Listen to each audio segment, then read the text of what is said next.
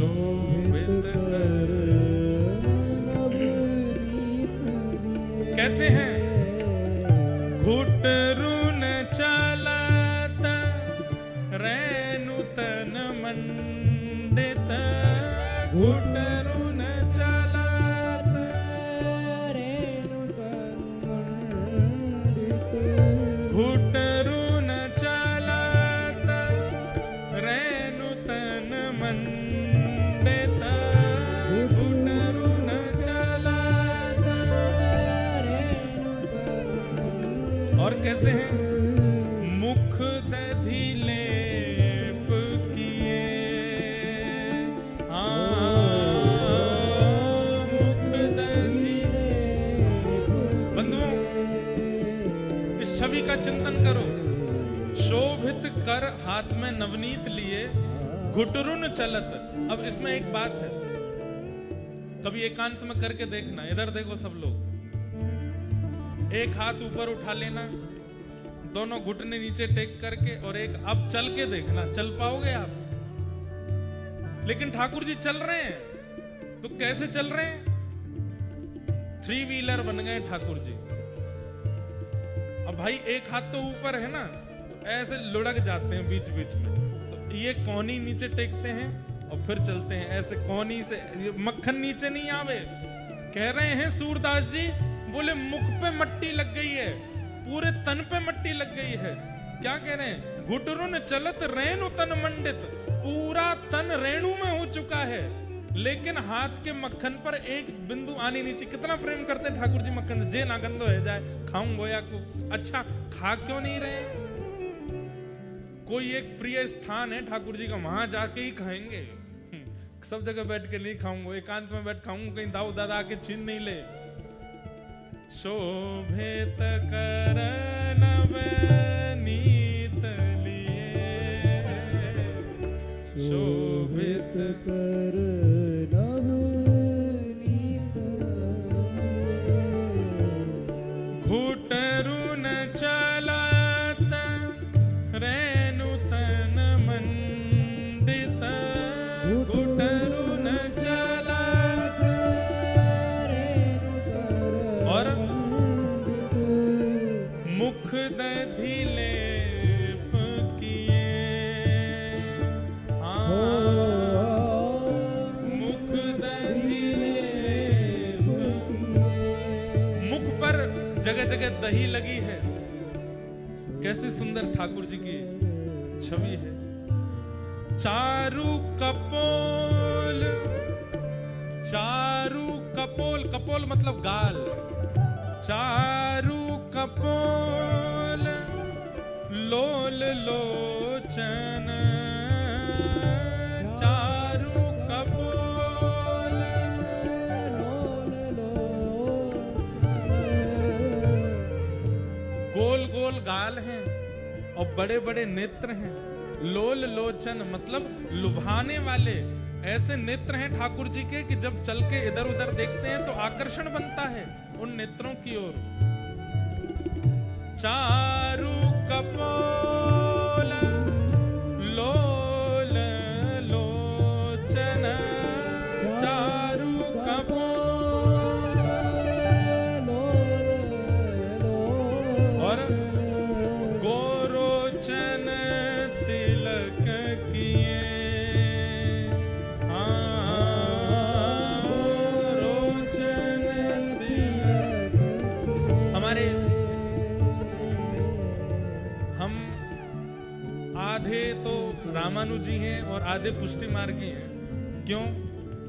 हमारे पूज्य पिताजी महाराज और हम तो रामानुज वैष्णव हैं, पर हमारे पूज्य नाना जी पुष्टि मार्गीय थे, पंडित श्री कृष्णलाल शास्त्री, और उनको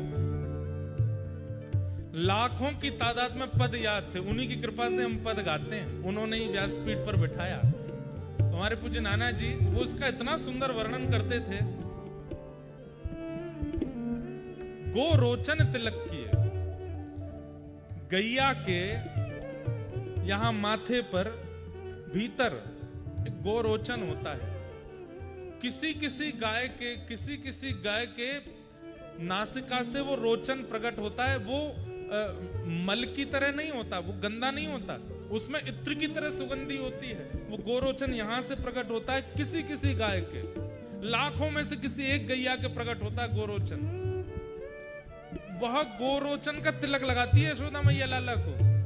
9 लाख गैया हैं तो महीना 1.5 महीना में एक गैया के गोरोचन प्रकट हो जाता है। आजकल संभव नहीं है, और होता होगा तो पता नहीं, लोगों को खबर नहीं होगी इसलिए उसका पता नहीं चलता। कींच जैसी होती है, जैसे खस की कींच होती है ऐसी कींच निकलती है और जरा सी निकलती है। वो मैया इकट्ठा करके लाला कुआ को तिलक लगावे, गोरोचन तिलक की। पर हमारे पूज्य नाना जी इसका एक अर्थ और करते थे। बोले लाला यहां गोरोचन को गोवर मान लो। तो मैंने कि नाना जी गोबर को तिलक लगा रहे ठाकुर जी। तो इसका इतना सुंदर वर्णन करते नाना जी, बोलते बोले लाला ठाकुर जी के तन पे रेणु लगी है और ठाकुर जी को मक्खन खानो है। अब प्रिय वस्तु खावे के काजे साफ सुथरा तो होना पड़ेगा। तो ठाकुर जी सोचे अब कहां जाऊं, तो मैया के पास जावे। तो मैया से कहवे गए कि मेरे तन की मिट्टी हटाए दो। बोलनो आवे ना लाला ते, लेकिन तन में मिट्टी लगी मैया देखेगी तो हटा देगी। तो मैया के पास गए, वहां समय मैया अपना श्रृंगार कर रही है। और मैया कैसे श्रृंगार कर रही है? एक सफेद बिंदी लगावे, फिर एक लाल बिंदी लगावे, फिर एक सफेद बिंदी लाल बिंदी, सफेद बिंदी लाल बिंदी, सफेद बिंदी लाल बिंदी, ऐसे मैया अपना श्रृंगार कर रही है। ठाकुर जी देख रहे हैं, मट्टी वट्टी तो भूल गए। ठाकुर जी बोले मैं करूंगा ऐसा श्रृंगार, कैसे करूं? दोबारा लौट करके गए फिर गौशाला में। बोले सफेद बिंदी तो मेरे हाथ में, लाल बिंदी कहां ते लाऊं? लाल बिंदी दिखी नहीं, सो गोबर उठा लियो।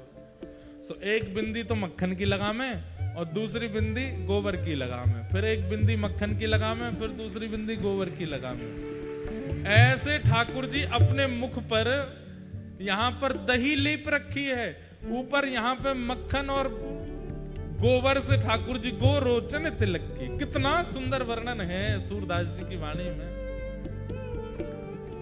शोभित कर नवनीत लिए, शोभित कर नवनीत। और आगे सुनो,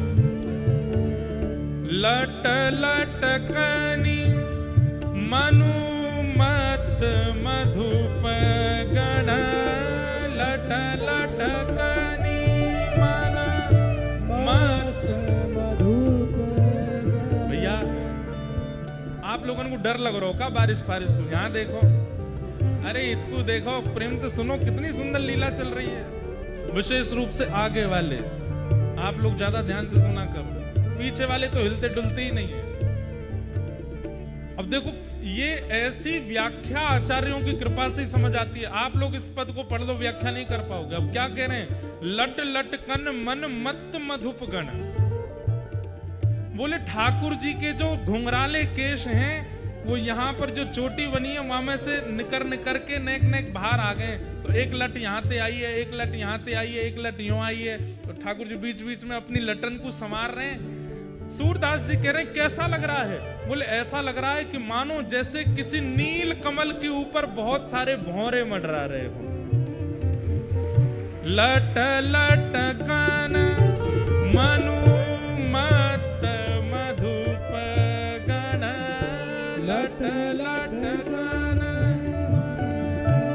मत मधुप गण, माधक मधु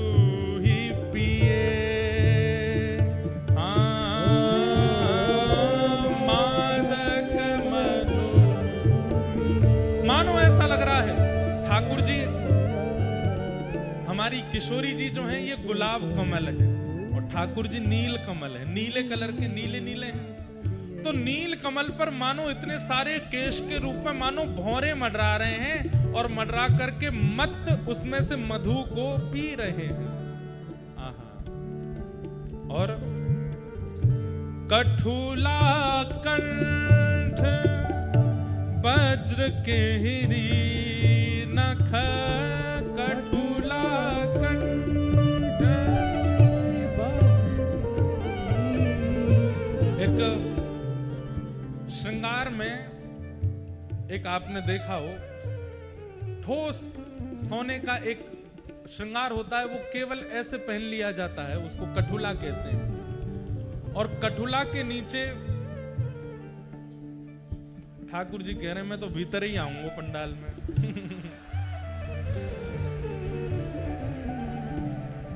ऐसा सुंदर वर्णन है रो तो मन तो करेगो। इस समय देखो, आप इधर की तरफ देखो, जो प्रकाश है यही श्री ठाकुर जी को वर्ण है। ऐसे ही है श्याम सुंदर, ऐसा ही वर्ण है बिल्कुल। नील सरोरुह, ना तो नीले हैं ना काले हैं, ऐसे उनका वर्णन ऐसा ही। आहा, कठुला कंठ, और मैया केवल 2 माल पहनाती है लाला को, कंठ में कठुला पहनाती है और नीचे बाघ नख। जो बाघ होता है उसके नाखून, 2 नाखून ऐसे विपरीत करके यहां बग नखा पहनते हैं, इससे लाला को नजर ना लगे। तो कैसे हैं ठाकुर जी? इसलिए हम कहते हैं कि जय जय को ठाकुर जी को बग नखा जरूर पहनाओ। और नख यदि बाघ का कहीं संभव, बाघ को पकड़ करके नहीं लेना है, पकड़ के ले भी नहीं पाओगे। कहते हैं कि जब बाघ चलता है तो कहीं कहीं उसके नाखून टूट के गिर जाते हैं, तो कोई फॉरेस्ट वाले आपके जानकार हो तो उनसे मंगवाओ। और अगर संभावना नहीं बन सकती बाघ नख की, तो फिर बाघ नख की तरह सोना चांदी या कोई भी धातु उसकी आकृति में बनवा के पहना दो, उससे ठाकुर जी को नजर गुजर नहीं लगती। ठाकुर जी को नजर नहीं लगेगी तो सेवक को भी नहीं लगेगी, वाके सेवक परिवार को भी नहीं लगेगी। बग नखा पहनाओ। कठुला कंठ वज्र केरी नख, कठुला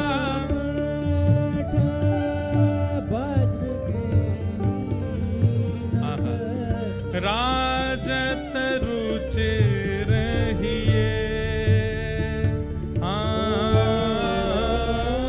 राजत रुचि रहिए। धन्य सूर एको पल इह सुख, धन्य सूर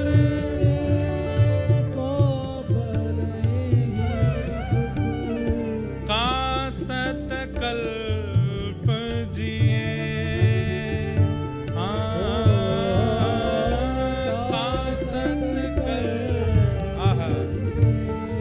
देखो क्या कह रहे हैं सूरदास जी, धन्य सूर एहो पल एही सुख का। बोले एक क्षण के लिए जो ये ठाकुर जी मुझे दिख रहे हैं, हाथ में नवनीत है, मुखमंडल पर सुंदर गोरोचन का तिलक है, गालों पर दही लगा रखी है, केश आकर के इनके मुखमंडल को घेर रहे हैं, कंठ में कठुला और बगनखा पहना हुआ है, घुटमुन चल रहे हैं, नीचे कुछ पहना नहीं है। आज हरि देखे नंगम नंगा डोल रहे, बस वस्त्र के रूप में रज ही लगी भई है तन पे। सूरदास जी कह रहे हैं ये एक पल के लिए दिखने वाले ठाकुर जी के स्वरूप के बाद 100 साल जीने का किसका मन करेगा? हमारे प्राण तो अब ही चले जाएं। हे धन्य सूर एको पल दृष्टि सुख, धन्य सूर एको पल दृष्टि सुख, कासत कल्प जिए।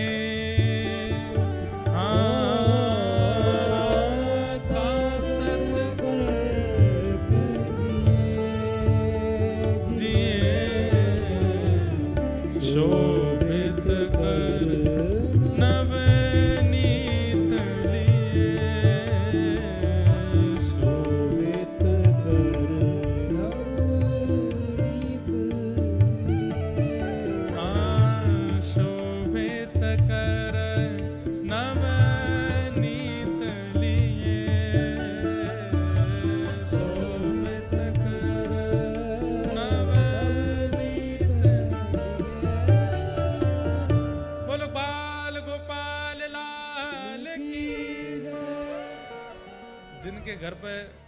नवनीत प्रियालाल लड्डू गोपाल विराज रहे हैं। रोज ये पद गानो चाहिए ठाकुर जी के आगे, और इसी भाव से दर्शन करना चाहिए। श्रृंगार करने के बाद जब ठाकुर जी को देखो, कभी कभी ठाकुर जी को गौशाला ले जाया करो, और नहीं जा सके गौशाला तो गौशाला ते ने